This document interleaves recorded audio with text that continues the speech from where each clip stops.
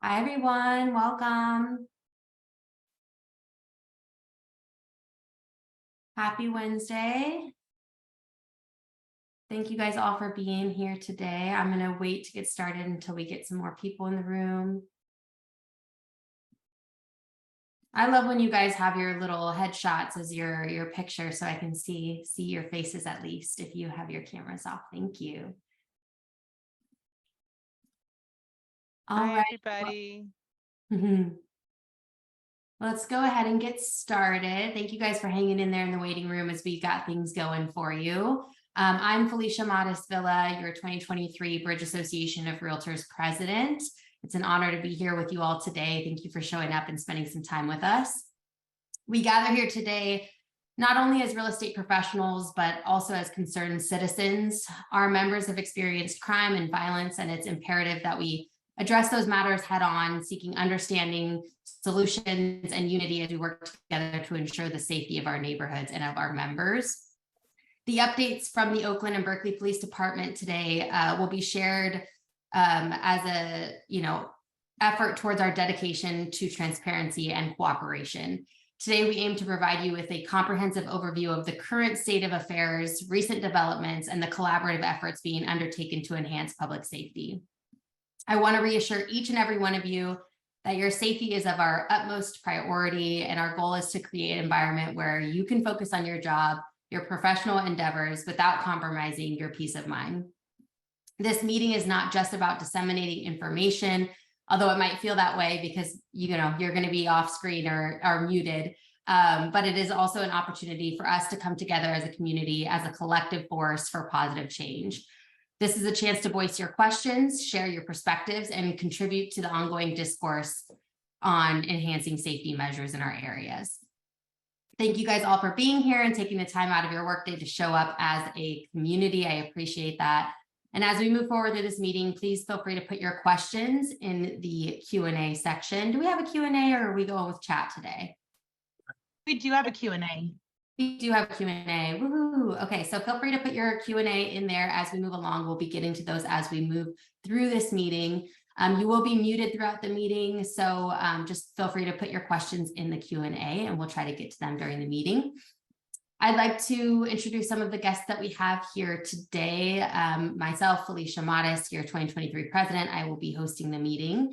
And then I want to give a thank you to the staff who are integral to putting this meeting together. We have Divina Lara, our CEO of Bridge Association of Realtors and Bridge MLS. Hi, Divina. Good to see you today.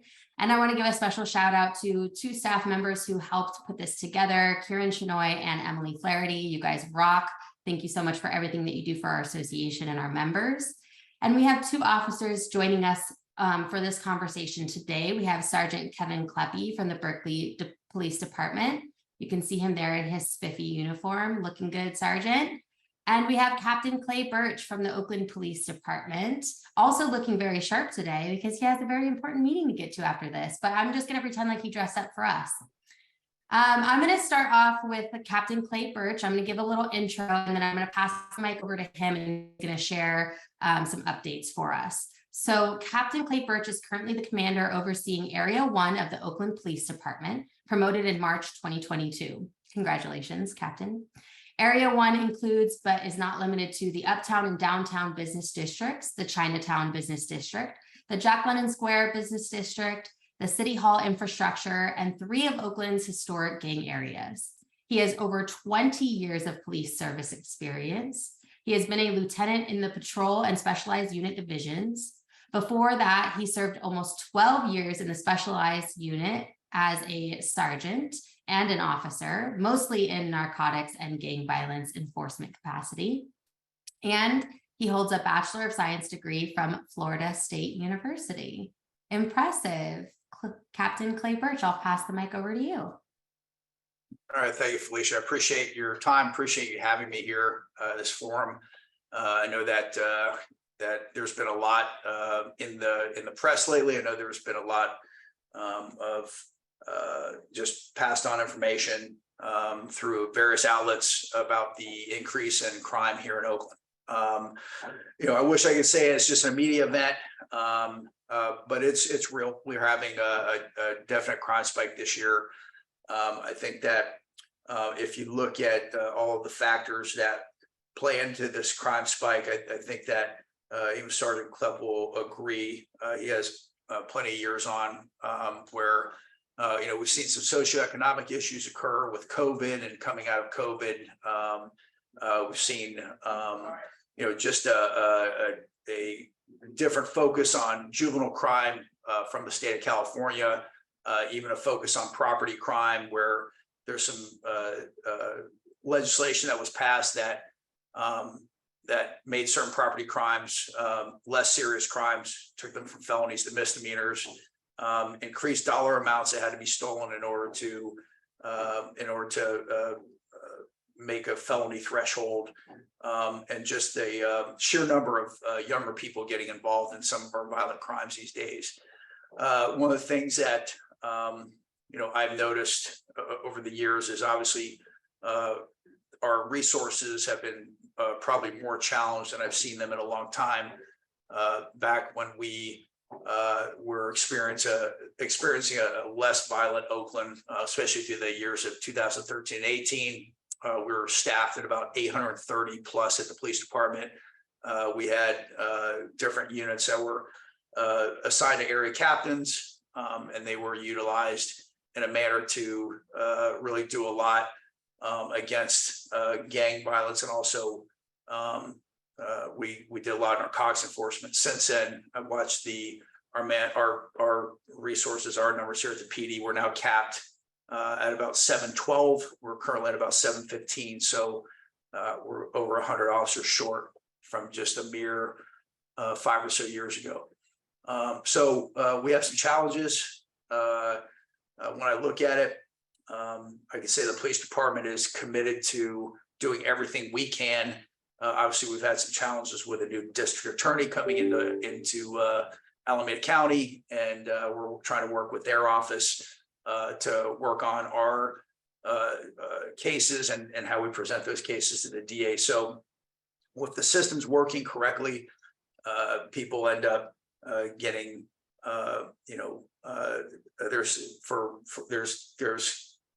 if you do a crime, there should be some kind of consequence. And I think we're working through those things right now and trying to make sure that we're bringing the proper cases to the district attorney for charging. That's been a little challenging lately, just trying to get to learn that office a little bit. Going over just crime stats, Felicia, it's okay, I can share some things on my screen just to give everyone an idea of where we are here in Oakland with our crime, especially our violent crime, which is our focus here at the PD. We have to adjust at the PD to match, for one, when we look at crimes, the most important crimes that we're going to focus on are violent crimes, crimes against people, where people are getting hurt or injured badly or killed. That's our priority. And if you look at the way that we're set up as a PD, we probably have the most of our investigation power in our homicide unit. Next in line would be our shooting felony assault unit. And then our going down the triage of violent crime, our robbery unit would be our next biggest unit, all the way down to property crime. And I can say that property crime, along with violent crime, is up quite a bit. And in our property crime unit, our burglary investigators, we have 2 burglary investigators for the whole city, while we're experiencing probably over 10,000. We're going to have over, I have to look at the numbers again, but we're going to have a lot of auto burglars. I'll share that with you. So we're a little bit challenged, but it doesn't mean that we can't do something. I think that timing is pivotal. We are now at a place where we realize that we need all the community help that we can get. And that's why we're having meetings like this, right? To figure out how we can, in my mind, prevention is the number one topic right now. How can we consult our communities on how to be safer? What can you employ as a community to make your community safer, so that you can help us do our job, as well as keep your community, partner with us to keep your community safe. We are not, the police department's not going to take care of all of the problems going on in our communities. We have business communities, we have neighborhoods. There's a major crime spike, and we need the community to be doing its part as well. So when I think about neighborhoods. We talk about alarms, we talk about fortifying front doors and back doors. We talk about businesses, the same thing. Or do we have alarm systems at our businesses? Do we have cameras? Do we have all these things that we need to do to help us solve crimes when they occur? And also through the mere presence of these things, prevent crime. So I'm going to share my screen now. And so let's look at, so can you see my screen? Yes, looks great. Okay, so if you look from January 1st through August 2nd of this year, we have and these are part one crimes, our most serious crimes, felonies, and especially violent crimes. We're up 26%, right? We were already up quite a bit. We're already high as a city. Unfortunately, Oakland has been plagued with violent crime. And as of this year, we're already up 26% over a large number. If you look at what's driving that, citywide, we're up almost 10%. Aggravated assault, 7% with assault with a firearm. Homicides are, fortunately, they're down, but they're only down by a small amount. That could change any given day. If you look at our robbery, this number is staggering to me. As of this year, as of August 2nd, we're up 22%. That's 862 robberies with a firearm. And then going all the way down to carjackings, over 400 carjackings. Right now, we're sitting at 10,600 burglaries as of August 2nd, being driven mostly by auto burglaries. So we're going to be up close to 20,000 probably auto burglars by the end of the year. And with that comes our challenges with trying to get these crimes prosecuted. One of the things that and we'll get to.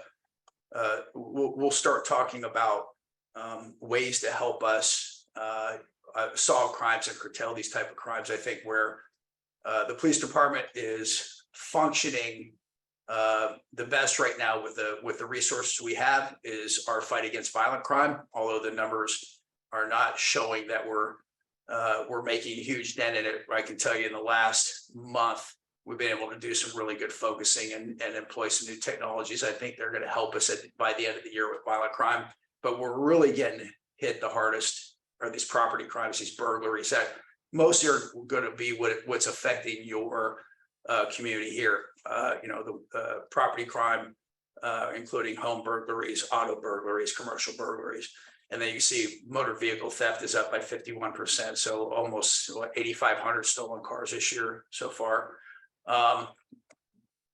So all that being said, I'm just going to show you as well what I look at when I start looking at deployments of my resources.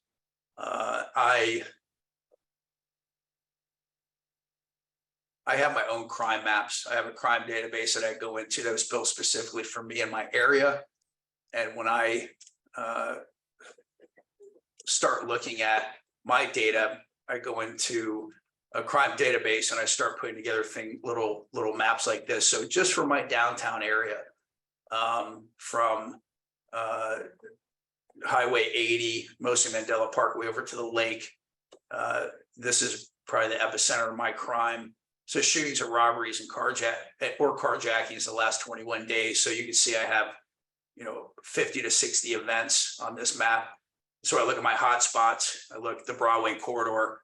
I don't know if you can see my cursor, but I have an area that's of my concern, which is this Broadway corridor. Usually these are happening during the day. I've had deployments downtown to curtail this, but at the end of the day, these are still crimes of opportunity that occur in Chinatown. Got a significant reduction in Chinatown based on some efforts there. And now with my new foot patrol unit, I'm hoping to curtail what's going on in the Broadway corridor. So looking at auto burglaries, I'm not sure if this is showing up. I'm trying to see the screen.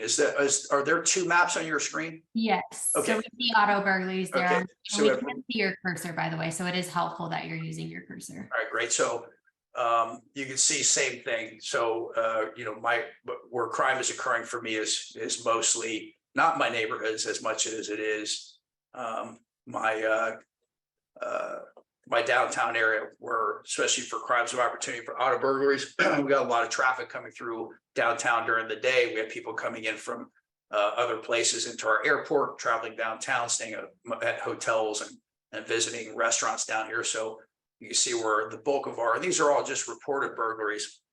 You know, when I show those numbers earlier, when I say 10,000 burglars, 8,500 auto burglars, those just reported. You know, I'm not sure what the actual number is going to be by the end of the year if we are able to capture some of the unreported. What we're trying to do is make sure that, and just so for everyone's edification, you know, there's a common belief that, you know, it doesn't do good to report these crimes, and I'm telling you it does, because it helps me deploy resources. So when I see my crime map, if it's not reported, I don't know it's occurring there. So regardless of what happens with a burglary case, and I actually was able to solve a burglary case with some really good communication from the Business Improvement District. I work very closely with the Business Improvement District office downtown, and through some direct contact with them, we're able to help reunite some people with their luggage recently. So, you know, that's how tight I like to see our business communities, where we're all communicating. There's central points of contact where if something happens, such as, hey, look, our luggage got stolen and there's an Apple AirTag in it and it's showing at 32nd and Linden. It's good for me to get that information. I can deploy units up there to, at the very least, get property back if we can find it.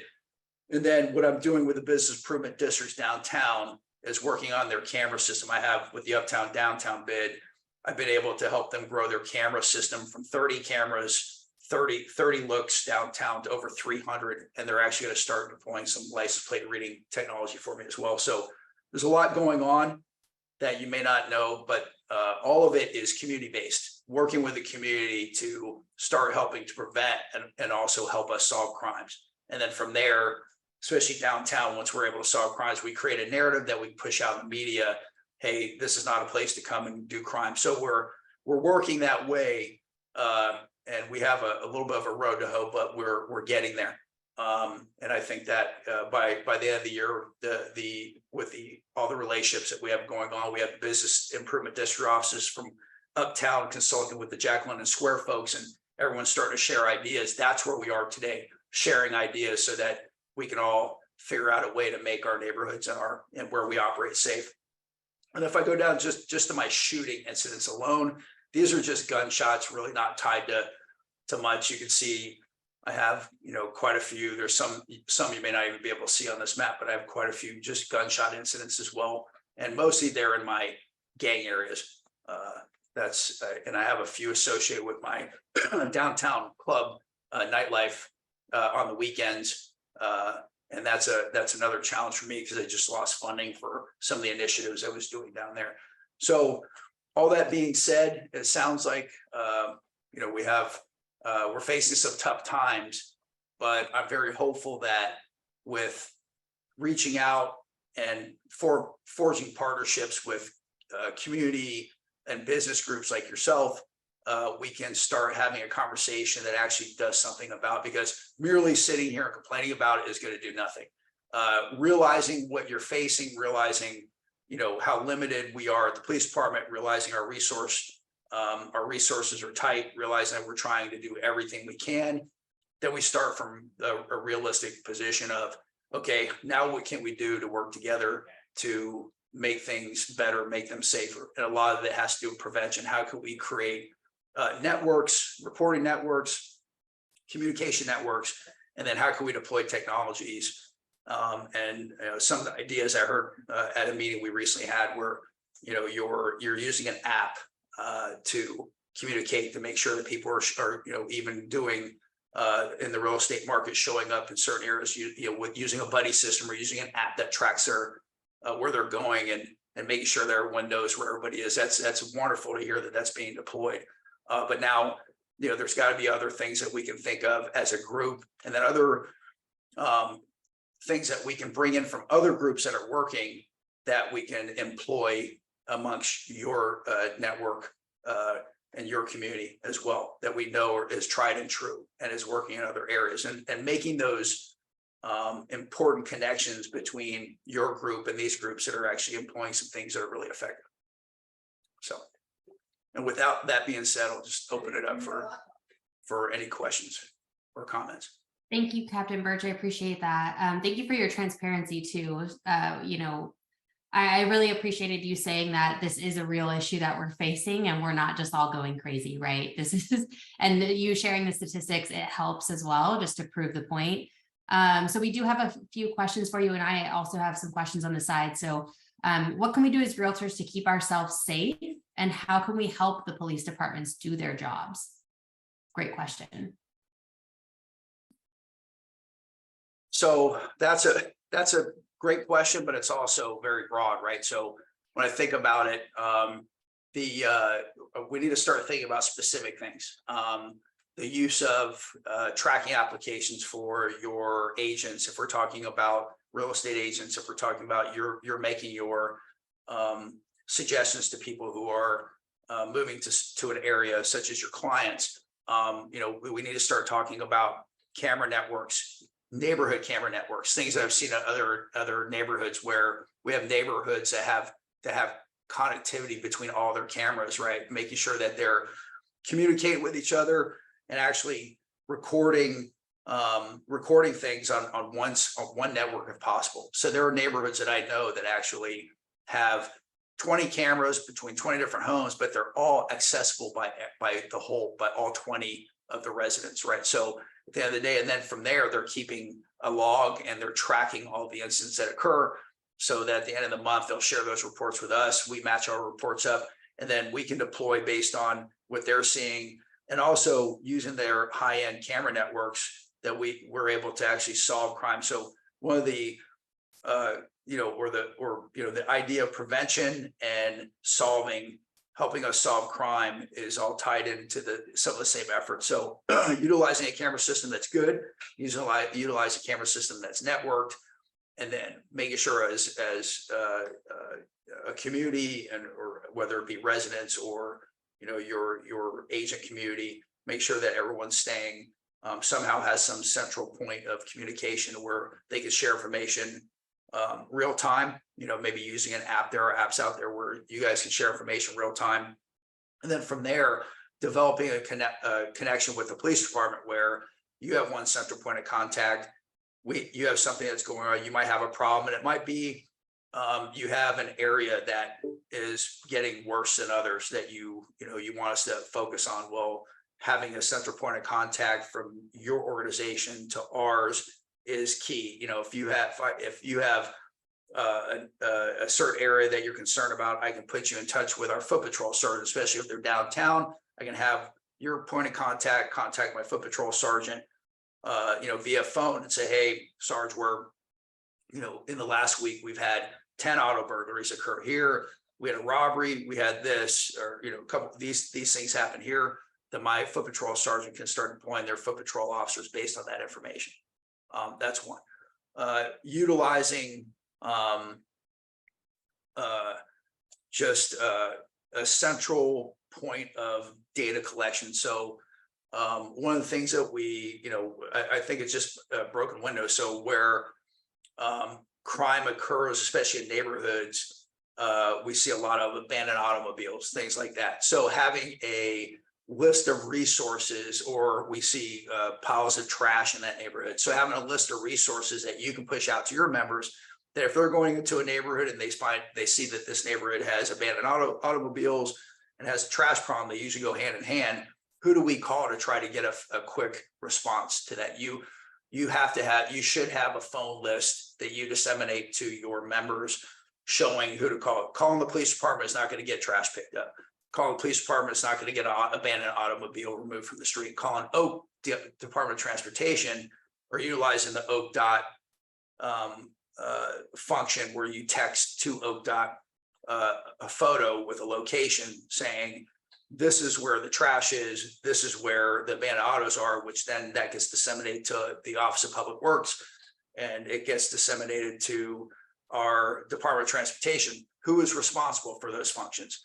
If we have an area where there's double parked cars, that do not call the police department, you call the Department of Transportation. But not a lot of communities know this. So you having a centralized phone list of who to call to get things done faster. Because if a trash problem will come into our dispatch and it gets stacked somewhere, and in hopes that Office of Public Works will pick up that dispatch. But if it goes directly into the Office of Public Works, then they get to that work quicker. So just making sure that people know what their resources are and how to actually solicit those resources, who to call for certain problems. That is so helpful. You're giving me all sorts of ideas that maybe, you know, us as an association can put together a list like that to send out to our members so that everybody has it handy. I feel like that would be super helpful. And then maybe your personal cell phone number, just, you know, put it out. No, I'm just kidding. Yeah, that is why those relationships are so important, so that we have people to call on. So thank you for that. And you mentioned, you know, having different apps and stuff, just so everybody is aware, the association is working towards building a relationship with one of those companies that does that. And we will be teaching you guys how to use that function. And so we're kind of weighing right now, going back and forth with different apps that might be a possibility for our members to use to keep ourselves safe, that will alert emergency contact or something like that if you're not doing the buddy system. So thank you for reminding me to share that with everybody. Yeah, and you mentioned OakDot. You know, I've used their reporting system before. It's very simple, very easy to use. It does still take time for things to get processed, right? So, and I think a lot of us have had that experience. This kind of leads, I think, pretty well into our next question from Sarah Marcus. What is the best way to handle property break-ins or unwanted visitors in a listing when we arrive at a house?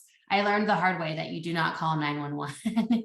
You call the non-emergency line. So if there's any sort of tips that you can give us about, you know, how we as agents should handle it when we know one of the properties have been broken in and there might be somebody in the house.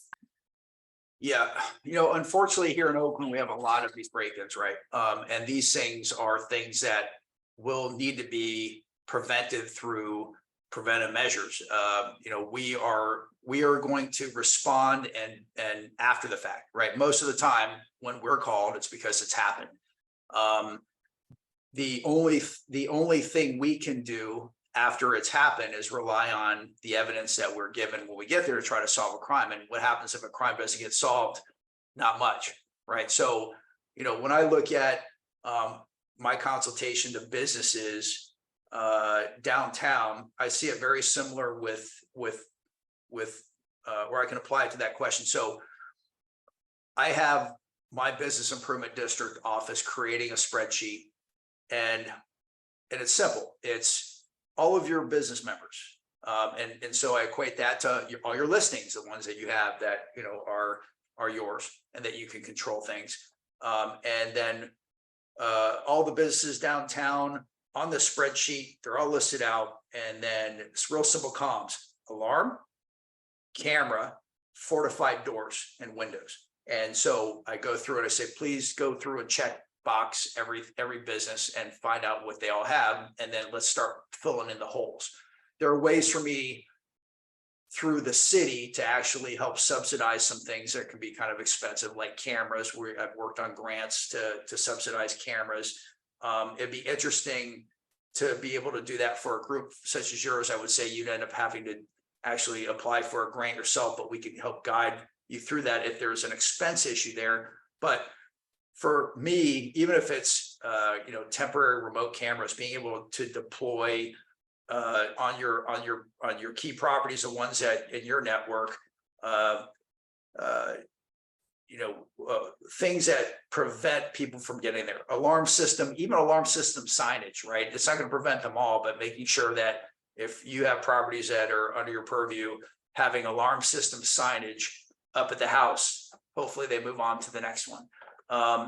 Anything that you can do to such as fortified doors and windows. In my mind, if you're living in certain areas of Oakland, that if you don't have a fortified door and window, unfortunately, it doesn't beautify where you live. But at the end of the day, it's embracing reality and the fact that you should have that. So making sure that those basic things are done, fortifying the doors and windows, fortifying gates, making sure those gates are are operational, those locks operational. But the other thing too is paying attention, because I know that there are certain property owners that will come into town and look at their properties every other month.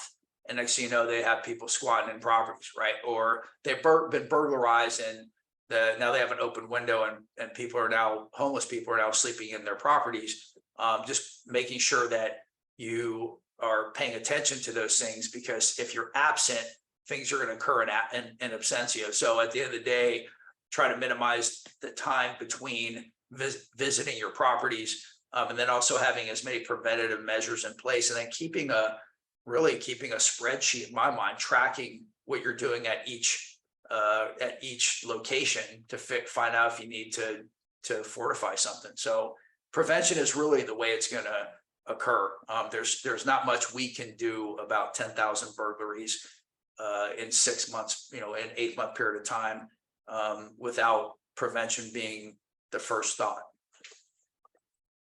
That's helpful. Yeah, you mentioned like alarm signs could help deter people. Do you also feel like those dummy cameras, the cameras that don't actually record, do those actually do anything? Or Yes, absolutely. So anything like that, like to me, it's you're hardening your target, and it just makes it.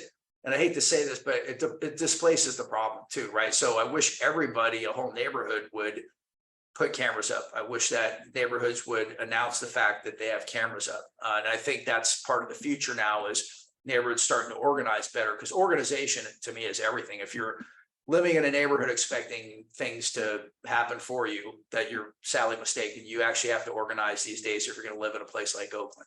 And so for me, or being attentive, being organized, simple things that messages we pushed out to our business communities, such as don't walk down the street looking at your phone and not paying attention. Those type of things it's vigilance, being vigilant. And Oakland at this point right now is a town that we have to be vigilant in, because any given day something can happen.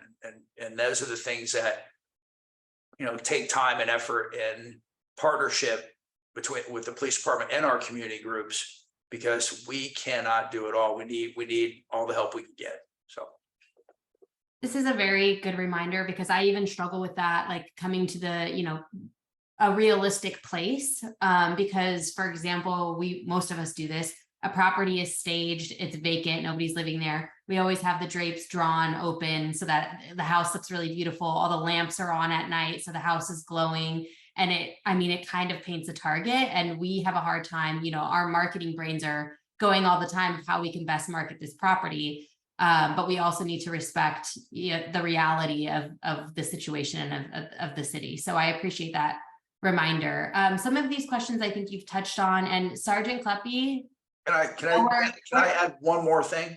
Sure. I can't tell you the number of auto burglaries that we have where even my most vocal groups will tell their clientele, such as the downtown business district, where all of their members tell all their clientele, do not park with stuff in your car. Do not park with stuff in your car. They said 10 times. And what happens?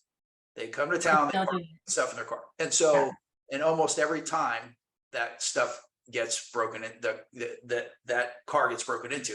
Just recently, actually was able to get their property back. I was mentioning this earlier, where one of my most vocal and just huge supporters of that messaged one of their clients, do not come to my office and have stuff in your car. What they do, they bring their luggage and everything straight from the airport. All that stuff got stolen.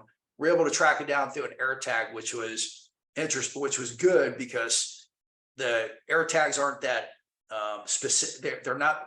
They won't tell you exactly. They have a margin of error. So I'm not going to be able to write a search warrant for an apartment building to go into an apartment based on an air tag hit. But there was a car parked in an area that the air tag was hitting that matched the vehicle description, which another point, as I think about things, making sure that you're very observant, that if a crime does occur, remember what happened. If you can take a deep breath, get us as much info as you can, vehicle description, partial license plate numbers, exactly what the person was wearing, what they look like, height, weight, the best of your ability. That helps us out quite a bit, because that enables us to make our stops.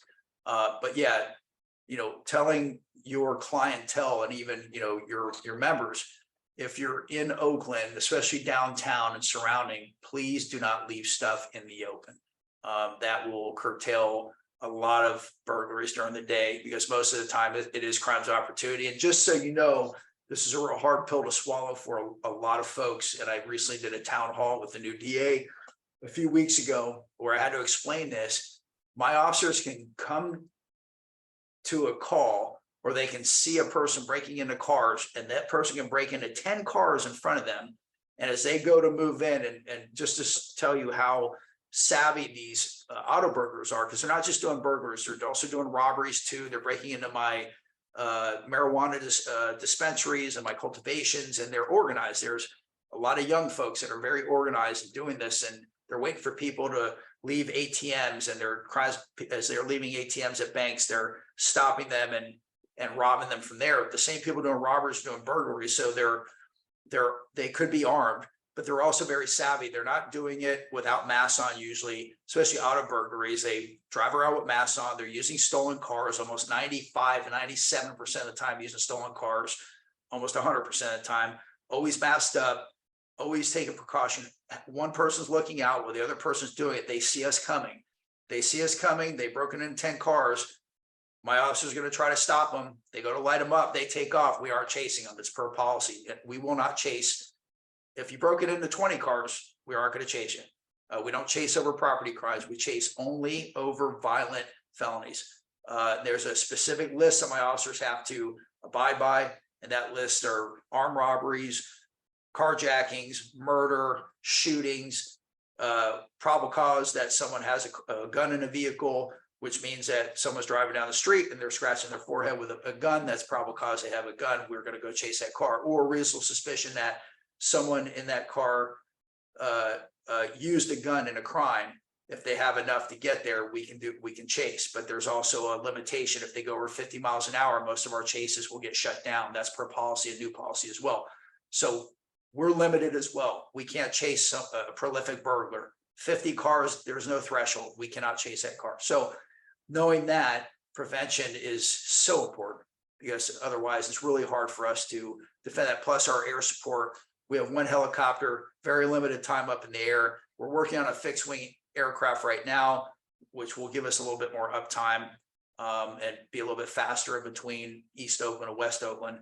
But until then, we're not going to, our air support, we have to rely on partnered agencies to help us out with that. And that can, if we see something happen, it usually takes about 15 to 30 minutes to get one of those overhead. And by that time, they've been gone for 13 minutes. So those are the challenges we face. So prevention. Thank you. So air tags, cameras, don't leave stuff in your car. We've seen the videos coming out of people getting carjacked while they're in their car. So I'm assuming locking your car doors is probably a good thing to do, even when you're driving. Don't stop for people that stop in front of you. Driving. If somebody comes up to your window, if somebody's near your car, keep it moving. Yep. Okay. Sergeant Kleppe, is there anything that you wanted to add to this initial conversation? I know we're going to get to you in a little bit. Yeah, actually, the only thing that I would add for the auto burglaries, if you have like a cover in the back of your car and you have nothing in your car, leave that open, because we see that if that cover is covered, it gives the appearance that you're trying to hide something. And whether or not you have anything, you're going to be minus a window. So make it clear. Yeah, I think it's hard for a lot of us because I don't know about you guys, but I keep like a lot of stuff. I keep like lock boxes, smoke detectors, all the realtor items that we carry around, first aid kit, that kind of stuff in my car. So I always do have it covered. And I always think of that, like that's going to attract someone and they're going to think I have something better than, Band-Aids in my car. Is there a mounted safe system that can be, pushed out to your agents? I think about like us, we have safes in our trunk. So I have a lockbox and no one can get in for my firearms and whatnot. So things like that, if I don't know what the cost of that is, but I'm sure bulk buying, probably can get it down, to hopefully reasonable cost, but being able to have things that can be mounted in a trunk that lock things in. You may end up with a broken window, but at least you your stuff won't get stolen. You know, I think I about see Divina, our CEO, is nodding her head. She's already writing it down and taking notes. She's going to do the research for us on that one. Thank you, Captain Birch. Okay, moving forward on the list here, and I know you have maybe 20 more minutes before you have to head out. How can we collectively influence city leaders to add more resources to our police departments? Sure. I mean, that's a great question. You know, I recently had to tell I used to deploy because of some of the Asian hate crime that we've seen over the last couple of years. I deployed a special contingency of officers to Chinatown every day. I deployed up to four officers every day to Jack London Square. And then I had 10 violent suppression officers every day that were working my gang areas and some of the areas where my statistics would show me I had some violent things going on. But we are now in a budget crunch. I had my overtime budget slashed significantly, and I've had to really decrease all those type of initiatives by about 90%, 90. So now I only have 2 officers per day in Chinatown with no sergeant. I have 2 officers doing violent suppression for all of West Oakland, and then I have no Jack London resources at all. So at the end of the day, yeah, we're very challenged in that. And then when I had to reach out and tell those communities that was occurring, I think their initial thought is, I think we need to write some letters or start talking to people. So at the end of the day, you know, that's very important. I can, as a police captain, can stand up in a meeting and scream all day long and cry. It's not going to do much. But, you know, as a community voice a lot more powerful than mine sometimes. So I'll leave you with that. And, you know, I would say that, you know, there are already certain communities that are already, you know, voicing their opinions and voicing their concerns about, you know, my reduction in my staff for their areas. So I see no harm in doing that. Yeah, you know, I've been noticing that OPD has been putting out a lot of marketing towards hiring officers and hiring dispatchers. If the budget has been cut, like, is that it? And is it that, you know, there's not a lot of people who want to be in those positions, or is it a budget issue? Yeah, I mean, budgeting, so we're still going to do the same number of academies that were committed to. I think last year, I want to say that they committed to 6 in 2 years. I don't know what happens after that. We definitely have an issue with recruiting. I know that where we used to see 40 to 50 in our recruit classes, we're now down to 20 to 25, you know, and so we're seeing a significant reduction in that. I think, you know, just the business in itself has taken a pretty good hit, the police business. And it's not an easy job. And, you know, a lot of folks are finding that, you know, what am I signing up for? But, you know, it's still a noble job. You know, I still recruit as much as I can. And we need the help. We need protectors. And at the end of the day, is it a budget issue? I don't think it's a budget issue for capping the police department. Yes, for overall resources, but the academies, we're still committed to the academies. So I don't, and my overtime has been significantly slashed. So that's the extra effort I had out every day. So yeah, that's definitely being affected. It would be nice to find additional revenue sources to help out with that, or, you know, to actually get the city to, you know, move some more resources to what we need. But that's a bigger discussion above my pay grade, I guess. Okay. Before we move on to Berkeley, just one quick question. What is a fortified door and window? If you could just briefly explain. Sure. So if you look, there are doors that are, you know, there's ones that are pretty thick. They have different hinges on them. If you look, there's ones that are really safe doors they're expensive, but they're hard to kick in. There's also locking systems that can make it almost impossible to kick that door in without substantial effort. That would take a long time, and a lot of these folks don't want to take that time. Then if you've seen, as all of you have seen, if you've done any business in Oakland, you have the metal doors, right? The metal gated doors. And that's always a probably cheaper option than some of these large wooden doors. The rear doors, they do make reinforced sliders and what have you, that comes with an expense, obviously. And then but the metal bars come with a whole other issue, right? Because you're trying, who wants to live in a house with bars on it? But at the end of the day, you have to make up your mind. Is it worth it to me to do so? It might be also alarm systems, right? Really have an alarm system. If you're moving to Oakland, in my mind, and you can afford a house in Oakland, you should be able to afford an alarm system. And at the end of the day, just making sure that your gates and your fences are up to speed. You don't want your gate to be easier to hop over than your neighbors and whatnot, or be less reinforced than your neighbors, kind of thing. So just looking at using common sense, going, hey, is this a hard target or not? Do we have an alarm system here? Do I have signage up? Even though alarms sometimes they work, and most times I think they work a lot. Sometimes they don't. Do we have proper signage up to market the fact that that our house has an alarm system? And that maybe a sign saying that you're under video surveillance, something like that. Just anything that makes it to where someone would second guess what they're about to do, because second guessing usually causes people to move on, in my experience. Thank you. And just one last quick question. When there are multiple crimes in one incident, like assault, robbery, carjacking, does each of those get reported in your statistics that you showed? Yeah, so if you see my bubbles that I have here, Yeah. the bigger ones, these are multiple crimes. These are, I don't have my crime map up, but this is probably a robbery, a shooting, and a carjacking. Okay. Like So each of these bubbles are multiple crime bubbles. Okay. These little tiny ones are specific crimes. I want to say the oranges are straight robberies. These darker colored ones are carjackings, which, looking at this 21-day map makes sense. These are, these are being pushed out of areas that I've been able to put resources in, and they're starting to show up in other areas.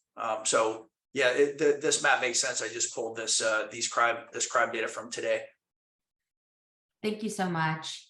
Thank you for your time, Captain Birch. I know you have a very Absolutely. important meeting to get to, so we'll go ahead and let you go and switch gears. Appreciate it. Thank you all for having me. Energy. Absolutely. I look forward to working with your community more. Make sure that we're staying in contact and putting together some new initiatives to make everyone safer and feel safer. Thank you so much. Thank you. And don't leave yet, everybody. We're going to switch gears and go over to Sergeant Kevin Kleppe from the Berkeley Police Department. Thanks for hanging in there. Yeah. All right. I'm going to share my screen. Thank you. I think. Prefer it. Here we go. All right. Can everyone see that? We can, yes. Sweet. All right. So I'm Kevin Kleppe. I'm with the Berkeley Police Department. I'm the Services Bureau. So kind of what that means is we deal a lot with community, do community presentations, things like that. So we've done a number of these presentations typically we do it for districts in the city. Like where the city council members, everyone, they want a presentation of crime in their district and how that kind of matches up to the rest of the city. Mm-hmm. So for Berkeley PD, this is our calls for service going back to 2021. Like most other agencies, we saw a large dip in 2020, and we have come roaring back in 2022, now back into 2023. So this is, calls for service per month. We are not as busy as Oakland, but we are busy, as referenced here. Kind of see the calls that we respond to. So we respond to a lot of disturbances. Audible alarm is, like the captain referenced, an alarm from a business or a house, with 911s, and then we start getting down to some of the actual criminal reports that come in. So for us, we saw a large rise in 2022 in crime reports. We attribute a lot of that to catalytic converter thefts. So last year we had almost 900. And we're starting to kind of see that trend go down a little bit, but we're getting a rise in all the rest of our theft to include auto theft. So just for kind of a reference, you can see what our most frequent crime types are in Berkeley. We have a ton of property crime. We typically outpace most other cities in property crime by quite a bit. And you see most of it is misdemeanor theft. And again, this is only the theft that's reported to us. We've done some meetings with Target and other groups around organized retail theft, and these numbers are nowhere close to being accurate. There are millions of dollars in unreported thefts that occur. So one of those things that we're trying to get out and hammer is, please call us. Even if you do an online report, let us know. We also have very similar problems with personnel and staffing. So we want to make sure that we're as accountable for our time and discretionary time as possible to have the most impact. So for burglaries, we have a lot of burglaries. Like I said, we average somewhere around 200 a month. Right now, we're seeing higher numbers. We're over 250 for the month of July. And that's one of the newest trends we are seeing. For robberies, we average, I think we're at about 200 so far this year.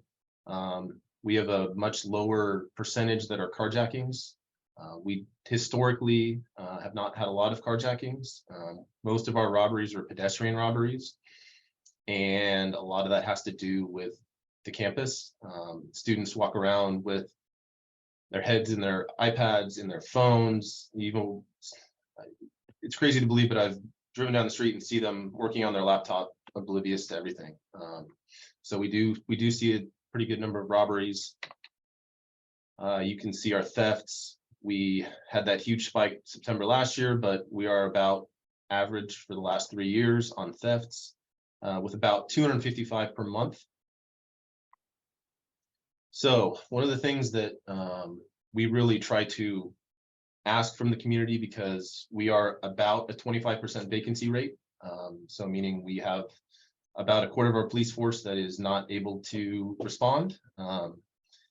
And then you take into account injuries, various leaves, and that number gets even lower. It's in the, we're allotted for 181 officers. We have probably in the 120s should we need to put everyone on the street today. So we rely very heavily on the community. We ask for, please report your crimes and please report suspicious activity. And the suspicious activity allows for us to do some more proactive work, right? If we can affect a criminal that's going to do something and victimize someone, even if we try to stop them and they high speed and flee the city, that's great. They're not here victimizing the folks, and we don't know what we don't know. I'll show you we have a website called the Transparency Hub that I will show to you, and it allows you to track trends in your neighborhood. We have given the community all of our data, so you can see every crime that's been committed in the city this year. You can see every call for service. You can see all of our uses of force. Like we want to share as much of that data as possible because we need more and more of the community's help. We also provide a service called Crime Prevention through Environmental Design.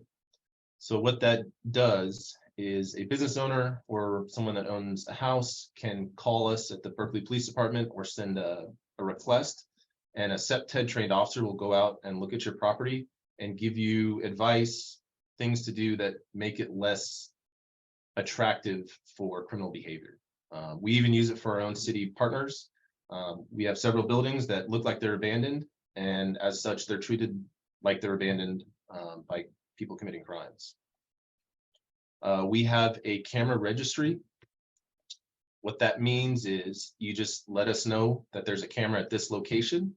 That way, if something happens, we'll be able to say, hey, we had, for example, if we have a shooting, we spend probably an hour going up and down the block, canvassing every single house, asking them for video. This allows us to work smarter, not harder. So that's very important for us. And then as we see trends in crime or in criminality, like crime behavior, we try to put out that info very timely. We did it with catalytic converter thefts when we saw a huge rise in the thefts of Kia and Hyundais. So we try to be as responsive to the community and give as much information as possible. This is super helpful. Thank you.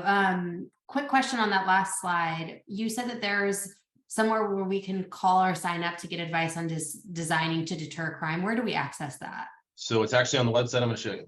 Okay, perfect. So And then by camera registry, do you mean like our Ring doorbells, our security cameras, all of those? all of that. So Perfect. all it does is it plots it in a map and lets us know it's there. We don't ask for access. We don't want access. It's your camera. We just want somebody to be able to contact and say, hey, this thing happened. Can you help us out? So as agents, we're always looking for reasons to contact our clients and stay in touch with them. This would be a great, just for the agents in the room, this would be a great thing to call your clients on to advise them of. Thank you. Yeah. So this is the landing page for the Berkeley Transparency Hub. You can look up top at all the headers, all of the things that we do. Like I said, we share our stop data, calls for service, use of force, crime data. Community engagement will take you to a page for my team, the Community Services Bureau. We have 4 officers assigned to 4 different areas throughout the city. They can be your point of contact if you have, questions, ongoing problems that are not a patrol response. You want to have a community event. We're actually hosting a tour of the police department tonight. The area coordinator and I there's a group coming in and we're gonna answer questions, kind of just bring them into the police department because it is their police department. We just work here. So in the community engagement page, there is a section there that'll take you to the StepTed request. All it is it's a fillable survey.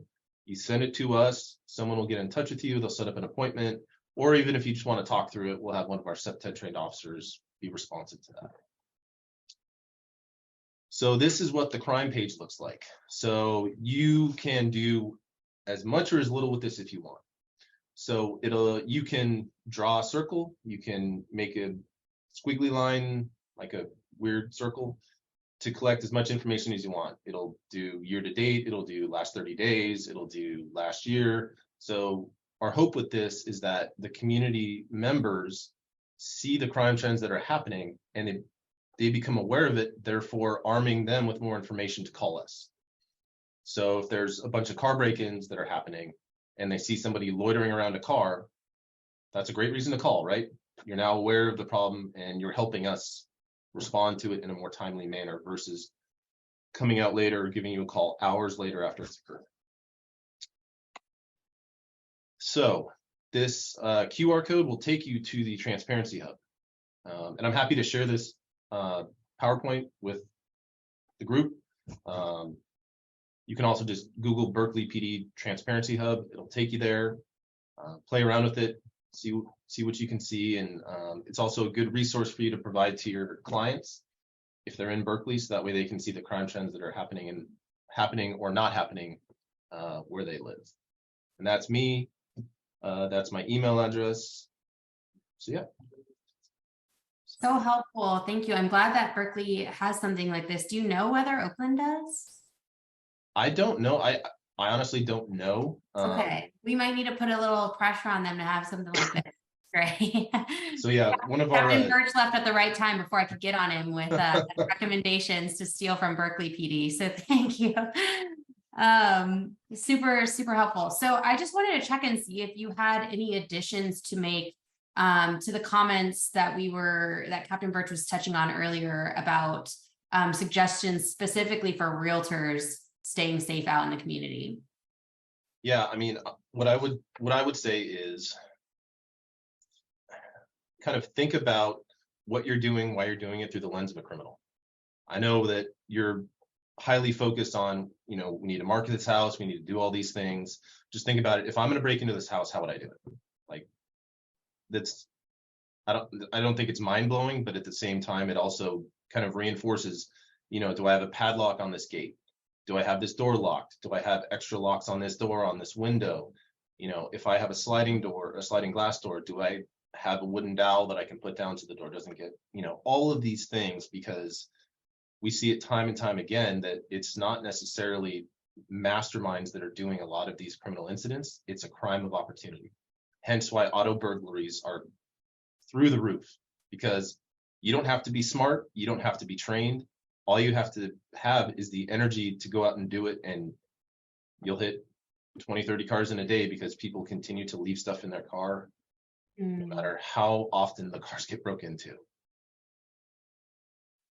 That is very true. What steps do we take when we think someone's in a house? So if we walk up to a house and we have a sense that there might be somebody who has broken into that home, what should we do in that instance? You should definitely call the police. If it's like an active in progress getting broken into, that would be a 911. Okay. So that, I think that kind of leads into that question of like, when do we call 911 versus non-emergency versus something else? How do we? Yes. So think 911, life safety emergency, right? Potentially somebody's breaking into the house, you're in the house, or you see somebody breaking into a house, like that's a felony in progress. We're going to make that a much higher priority than my car got broken into 6 hours ago, right? It's a cold report. So like we prioritize. So priority one is our highest priority. They'll break officers for that. You know, if you think someone's just in there, like they've broken in and they're sleeping or squatting, you can call 911, you can call a non-emergency number. They may prompt you to call them a non-emergency number if it's not appropriate, but at the same time, I would argue be overcautious. And if that's just 911 or our direct number, because if you call from 911, it hits off of the tower. So we've had it where people call in our city and they end up with Richmond PD, which is not helpful for anybody. So whatever city you're in, kind of have that pre-programmed in your phone, the direct line. Ours is, if you want it, ours is 510-981-5911. Can you repeat that real quick? Yeah. Area code 510-981-5911. Perfect. Thank you. Yeah, that makes a lot of sense. You know, I called 911 from Martinez and they were like, you got to call the Oakland non-emergency line. Get out of here, lady. Yeah. So thank you for that tip. That's super, super helpful. This is an interesting question. If you're faced with an attempted carjacking and you hit the person with your car trying to get away, what sort of liability would you be exposed to? I mean, criminal liability, I would say probably not very much, because if somebody is violently trying to assault you, take your property, you're just trying to keep yourself safe. I mean, as long as there's nothing outrageous, like, you know, they get away from the car and you turn 90 degrees to run them over. I mean, that's a little different, but, you know, I would, and Captain Birch had a great point, keep driving. Like, if you see someone that you think is going to carjack your car or come and try to rob you, drive. I mean, there was great video, I think, off of Skyline in Oakland, where there was an attempted carjacking and this lady did a great job and just drove around it and went on her way, right? So always do whatever you're going to do on the eye of keeping yourself safe.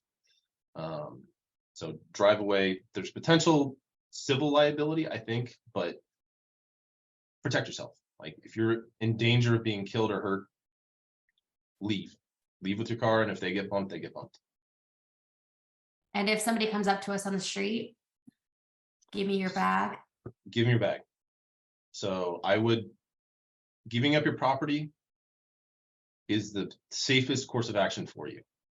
So we've had several incidents where people confront catalytic converter thieves, right? Not a violent crime, but they get shot at. We had like 6 or 7 of those last year. So, you know, comply, do whatever it is. You can replace whatever's in your bag.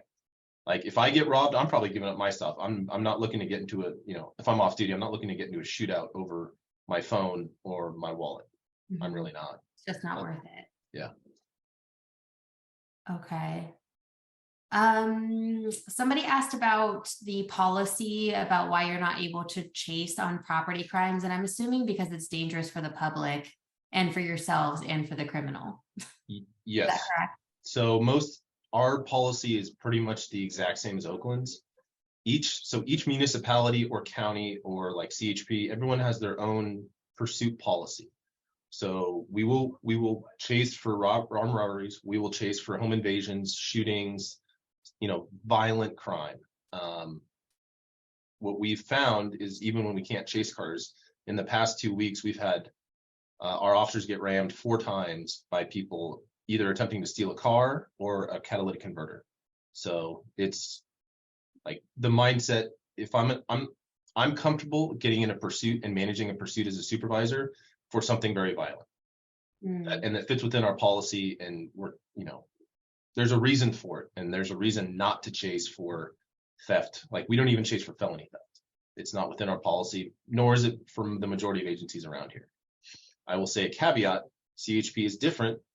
They will chase a lot of things, but they're mostly on the freeway.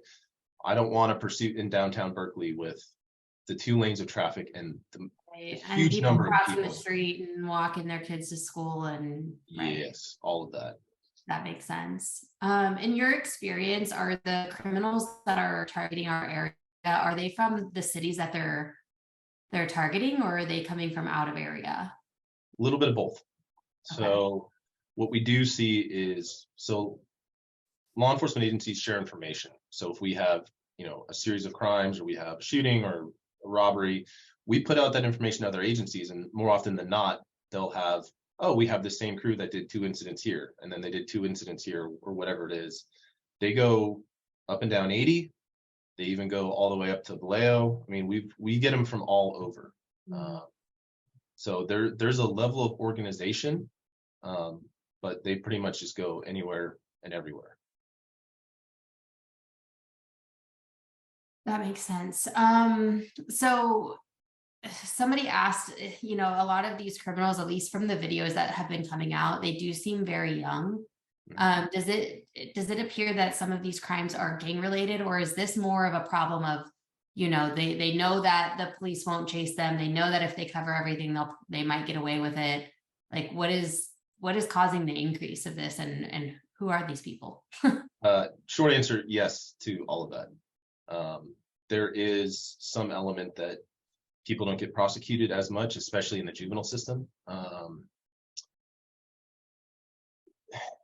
mean, I think you can probably go into, like, there's other factors that influence them prior to even committing crimes, right? There's a whole host of things, but we do see a fair number of young people that are committing very serious crimes and do so sometimes repeatedly. And I'll give you an example. So it was like probably last April, we got in a pursuit with a car taken in a carjacking. Car ended up crashing on down in the west. 5 juveniles come out. All 5 are wearing ankle bracelets for, you guessed it, carjacking. Like, there's a level of accountability that's missing, or there's programs that aren't being had that actually help straighten these kids out, and as a result, they end up coming into police custody, committing these crimes. Like, the system is not designed, or doesn't have the programs or the functions that it should have to correct this behavior. And as a result, we typically see these kids more than once. That's really horrible. Yeah. Somebody asked, if you're calling from a cell phone, should they call 911 or a specific local emergency police number? And I'm assuming I don't know, is this, if you're out of that area, then call the local. If you're in that zone, if you're near the property, call 911. Yeah, so we've run into where somebody called right next to the police department, 911, and it goes to Richmond. So I would say if you're in the city, call the direct, like the hard line into the police department. If you're somewhere and you're on the freeway and you don't know where you are, or you're unsure what city you're in, then you can call 911. We get 911 calls from Oakland all the time. Okay, that's super helpful. And sometimes if it's on the border, we'll end up going, because we know we're probably going to get there faster with the line being transferred and all that kind of stuff. Okay, got it. So I think, what would be helpful for us then is to save all of the cities that we serve and we are currently in, save those numbers in our cell phones. Yes. Okay. Would you agree the best prevention for public safety is to vote for officials who support our police departments? Yes. And I mean, you're not biased or anything, but and really a close second to that is what you're doing here. Like, I know Berkeley has a reputation for being its own unique city, but it was only with community help and community advocacy that we got license plate readers, which are going to be hugely beneficial for us for investigations, finding cars that come in that are already wanted, and being more strategic and more targeted with the information that we get. Like that, there's no way that the police department would have just gotten that if we were the only ones asking for it. So what you all do has the biggest impact with public safety. Wonderful. Yeah. So demanding that from our officials, showing up to city council meetings, voicing our opinion, showing up to these meetings at the association, talking about it within your brokerages, your communities, your client conversations, if necessary. Just be careful with that one. So that is very helpful. Anything else that you feel is important that we didn't touch on yet that you'd like to share about safety, either, you know, in regards to what we do as a you know, community with being agents and out there touring properties and with clients alone, you know, anything else that you'd like to add? Yeah, I know we talk, you know, the captain talked a lot about prevention. Just be aware, and if you're uncomfortable, trust your gut. If something's not right, or you don't think something's right, then don't go, right? And if something's wrong, call us, right? Given the nature of what it is, in all honesty, it may take us some time, but we will come out, we will be as helpful as possible. And if there's something that we can do better, contact my group. We're happy to come out and talk through things. And if you have specific questions or want to troubleshoot something, like, that's what we're here for. That is my job during the day. That's all I do. We have a lot of work, but we want to have those relationships and to be of service to the community, whatever that community needs in that minute. So call us, email us, all that. Wonderful. Thank you so much for that. I'm sure, like all of our members in this room, and really appreciate having that direct contact to Berkeley Police. And it just makes a world of a difference to hear your guys' perspective, and to know that this is a serious problem, and I'm glad that we're addressing it as a community and as an association. That's the only way it's going to get fixed. Any other questions you think might be helpful for our members, or anything else? No, but I definitely have my marching orders, and we'll be continuing to work on things. We've got a few items that we're working on.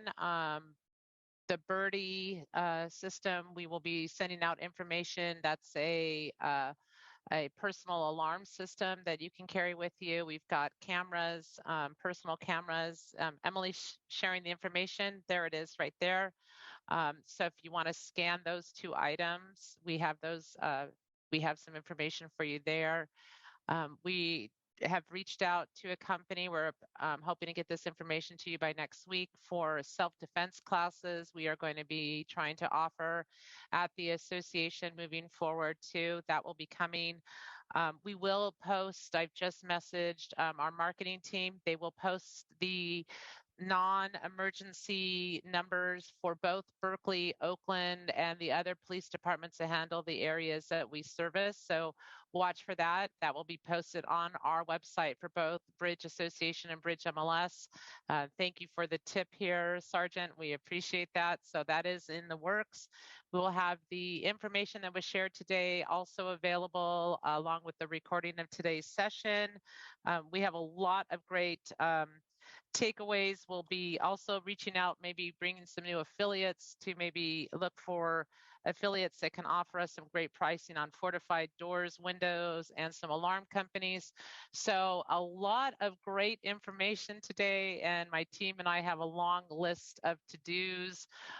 Sergeant, we'll reach out to you too as we are continually working with the state level to start also as we come into an election year in 2024 is how we can help support the police departments moving forward into the year of 2023 and into an election year of 2024. So please know that this isn't just stopping with our local community, that this will actually move on to the state level too, as we are working with our realtors on the state, because they are very concerned about what we're facing here in Oakland and Berkeley and our communities as this is now hitting the national news. So thank you again. That is pretty much what my team and I have to share, and we will continue to reach out with you. My government affairs liaison and I will reach out to you and continue to work with your community. Thank you, President, for allowing us to be a part of this and supporting us in this movement. And if there's anything else, please feel free to our members here. Please feel free to reach out to myself and my staff with any information that you may need from us and any suggestions. Thank you. Thank you so much. We will include Sergeant Cluppy's contact info as he did put it up on the screen. That'll all be included in the packet. And just like Tina Hand said, love it. It's all about relationships, just like realtors, baby. Love it. Thank you guys for showing up, for being here today, for contributing to the conversation by asking your very thought-provoking questions. Really appreciate that. And thank you to staff for all the work that you guys are doing behind the scenes. It really makes a big difference in all of our lives. And if you have a realtor in your life that you love and want to keep them safe, hey, you got a gift idea. The personal alarm, personal camera, great gift idea for your local realtor that you love. All right. Thank you again, Sergeant Kevin Cluppy. Appreciate your time and effort. Thank you to Captain Birch as well, to staff, and for all of y'all for showing up. Appreciate you guys. Thank you for showing up.